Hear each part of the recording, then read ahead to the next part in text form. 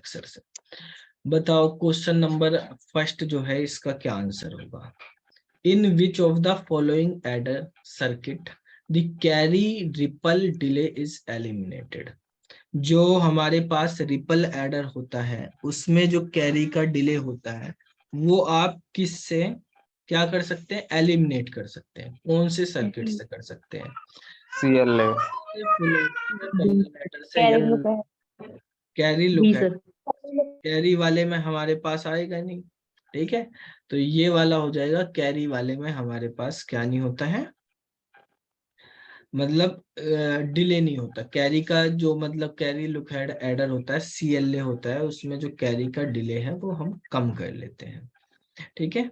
इसके बाद next question है कि the carry and sum of full adder takes 20 nanosecond and 30 nanosecond respectively, then calculate the maximum number of addition performed in a second if 3 full adder are cascade. ठीक है, ये question आपको बताना है क्या होगा। अगर हमारे पास देखो क्वेश्चन समझ में आया कि जो कैरी है, कैरी कितना डिले लेता है, 20 नैनोसेकंड का डिले लेता है, ठीक है। और जो हमारे पास वो है सम है, वो 30 नैनोसेकंड का डिले ले रहा है। तो आपको यहाँ पर बताना है कि जो सर्किट है हमारे पास, ठीक है, वो सर्किट 1 सेकंड में कितने सम कर देगा। और उस सर्किट में 3 फुल एडर लगे हुए हैं।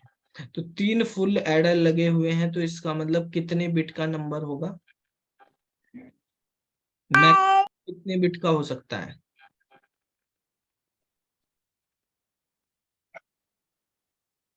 बताओ। 3 बिट का ही होगा इसमें। 3 बिट का हो सकता है, ठीक है। अब देखो यहाँ पर ये कह रहा है कि 3 बिट का नंबर है, अगर उसमें कैरी डिले है, टाइम जो कैरी का लग रहा है वो कितना लग रहा है, TC 20 नैनो सेकेंड। और जो सम का टाइम लग रहा है यानी TS अगर उसको मान ले, वो लग रहा है 30 नैनो सेकेंड, ठीक है। 3 फुल एडर हमने यहाँ पे यूज करने हैं। तो आपको बताना 1 सेकंड में कितना टाइम, कितने एडिशन कर सकता है, 1 सेकंड में कितने ऑपरेशन परफॉर्म कर सकता है। तो इसका मतलब A0 A1 A2 और B0 B1 B2, ये हमारे पास इसमें बिट है। 3 फुल एडर यहाँ पे हम यूज कर रहे हैं। यहाँ पे हमारे पास मान लिया C0 C1 C2 ये है। तो आप ये बताइए कि हमारे पास कैरी का डिले कितना होगा, टोटल कैरी डिले। भाई एक तो यहां से 40। यहां तक आने में लगेगा, ठीक है, और दूसरा यहां से यहां तक आने में लगेगा। आपको बताया था ना टोटल प्रोपोगेशन डिले टाइम कितना होता है, N-1 इंटू कैरी का टाइम, रूट ऑफ ठीक है। ये फॉर्मूला बताया था ना भाई, जितने भी फुल एडर है उससे एक कम होगा, जितने भी बिट का नंबर है उससे एक कम होगा। तो यहाँ पर 3 फुल एडर हो रहे, 3 बिट का नंबर है, तो आपको n की वैल्यू हमारे पास यहाँ पे 3 है, तो ये हो जाएगा 2। और कैरी में कितना टाइम लग रहा है, 20 नैनो सेकेंड, ठीक है। यानी ये हो गया 40, प्लस हमने क्या करा था 30। लास्ट S वाले में, तो PS इनको सम करने में जो टाइम लग रहा। अब सम करने में यहाँ पर हमारे पास S0 S1 S2 और यहाँ पे C3 आए। भाई सम करने में ये आने में, तो यहाँ से इन दोनों को सम करने में लग रहे 20 और ये लग रहे 30। तो फाइनल होने में कितना टाइम लगेगा, 20 वाला या 30 वाला लेंगे, 30 वाला लेंगे। 30 वाला लेंगे। यानी 30 जो वाला। भी हमारे पास मैक्सिमम होगा TC और TS में से जो भी मैक्सिमम होगा वो लेंगे, तो 30 लेंगे हम यहाँ पे। तो प्लस के 30 कर दिया, यानी 70 नैनो सेकंड में हमारे पास ये सम कर दे रहा है, ठीक है। यानी हमारे पास सर्किट का टोटल जो प्रोपोगेशन डिले हुआ वो 70 नैनो सेकंड हुआ। एक ऑपरेशन परफॉर्म करने में 70 नैनो सेकंड लग रहे, तो 1 सेकंड में कितने होंगे ऑपरेशन, ठीक है। यानी फ्रीक्वेंसी आपको निकालनी, तो 1/70 नैनो सेकंड कर दो। 1/70 कर देंगे, टाइम 70 नैनो सेकंड है क्योंकि, तो यानी 70 नैनो सेकंड 10⁹ होता है। इसको सोल्व करने के लिए आप यहाँ पे फ्रीक्वेंसी को ऐसे कर दो, ये 1000 × 10⁶ कर दो। और 1000 को आप 70 से भाग कर दो, इससे ये कट जाएगा। 14 सत्ते 98 होते हैं, तो 14 पॉइंट बचेंगे 2, तो 7 दूनी 14 बचेंगे 6, 7 अट्ठे 56। ठीक है, इतना हमारे पास आ गई इसकी फ्रीक्वेंसी, यानी लगभग 14.28 इंटू 10⁶ इतनी बार ये 1 सेकंड में प्लस यानी ऑपरेशन कर देगा। तो क्या आंसर लेंगे इसका? 14, बी वाला आंसर हो जाएगा यहाँ पे। ठीक है, इस तरह से सोल्व करेंगे। नेक्स्ट क्वेश्चन देखो, ये बताओ इसका, अगर x जो है नंबर ऑफ एंड गेट है present in the 4 bit carry look head adder, ठीक है, उसमें एंड गेट कितने हैं?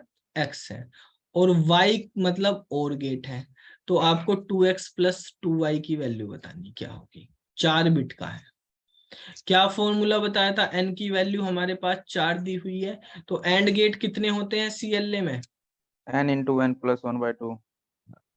एंड गेट होते हैं n इंटू n प्लस 1/2, यानी 10 हो जाएंगे यहाँ पे। ठीक है, और गेट कितने होते हैं? n n के इक्वल होते हैं, यानी 4 हो जाएंगे। ठीक है, तो एंड की यहाँ पे इस फॉर्मूले में रख दो, x की वैल्यू हमारे पास 10 है और y की वैल्यू 4 है, तो कितना हो गया? 28 हो गया, तो 28 इसका आंसर हो जाएगा।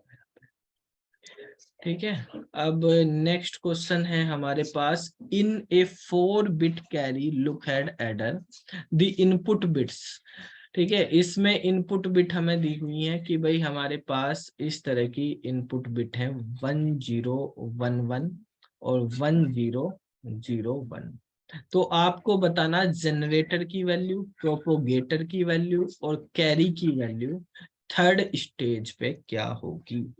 ठीक है, यानी ये C0 है, ये C1 है, ये C2 है, ये C3 है। तो यहाँ पर हमारे पास भाई ये तो पहले ही पता, पहली स्टेज ये, दूसरी ये, तीसरी ये, इस स्टेज पे जाके आपको बताना है कि जनरेटर, कैरी जनरेटर मतलब G3 की वैल्यू बतानी थर्ड स्टेज पे, और प्रोपोगेटर मतलब P3 की वैल्यू बतानी, और कैरी का मतलब C3 की वैल्यू बतानी क्या होगी। ठीक है, तो आपको बताया था किस तरीके से निकालते हैं हम ये वैल्यू। ठीक है, G3 C3 और जो है हमारे पास इनकी सबकी वैल्यू हमें बतानी है क्या होंगी, थर्ड स्टेज पे बतानी है क्या होंगी। तो बताओ भाई क्या होगी हमारे पास वैल्यू। G3 क्या होगा? 0 हो जाएगा सर। है 0। भाई G3 की वैल्यू मतलब वैसे क्या होती है, A2 और B2 होगी ना। Yes sir. A2 की वैल्यू क्या होगी? 0, और B2 की वैल्यू भी 0, 0 0 है 0 तो 0 ही हो जाएगी।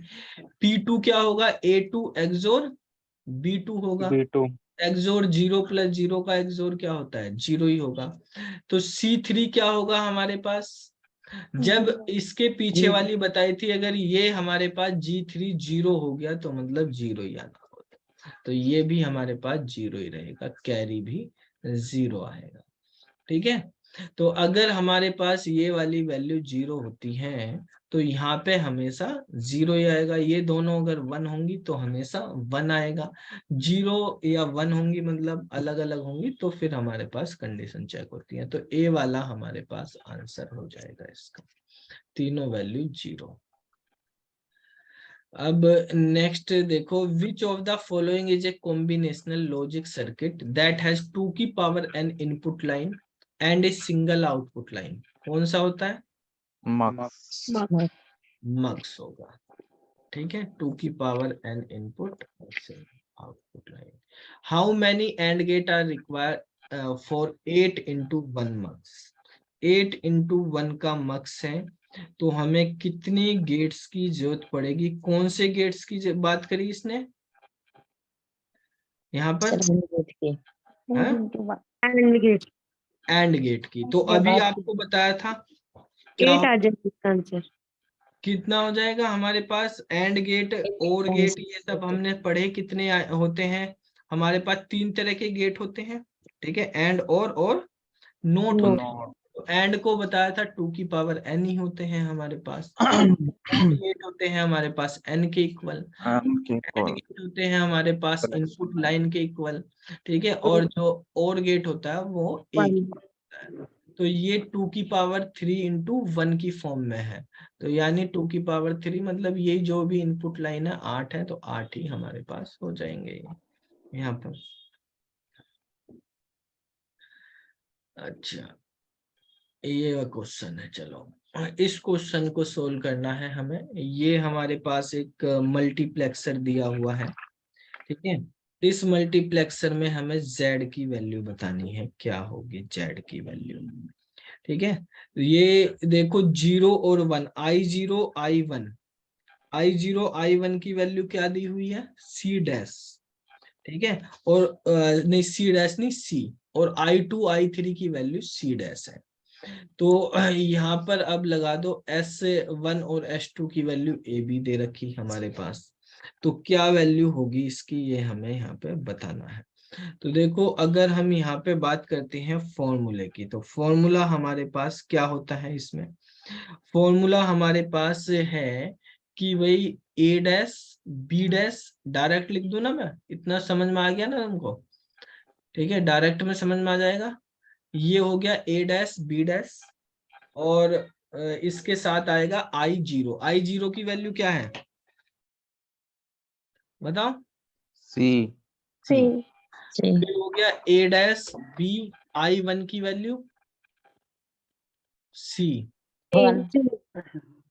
I1 की वैल्यू भी C है ना, 0 की भी और 1 की भी C है, प्लस के A B dash I2 B dash C dash plus A A B C dash।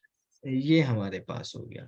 अब इनमें से देख लो भाई कहीं से कुछ कॉमन आ रहा है क्या, सर फर्स्ट 2 में A dash C कॉमन आ जाएगा।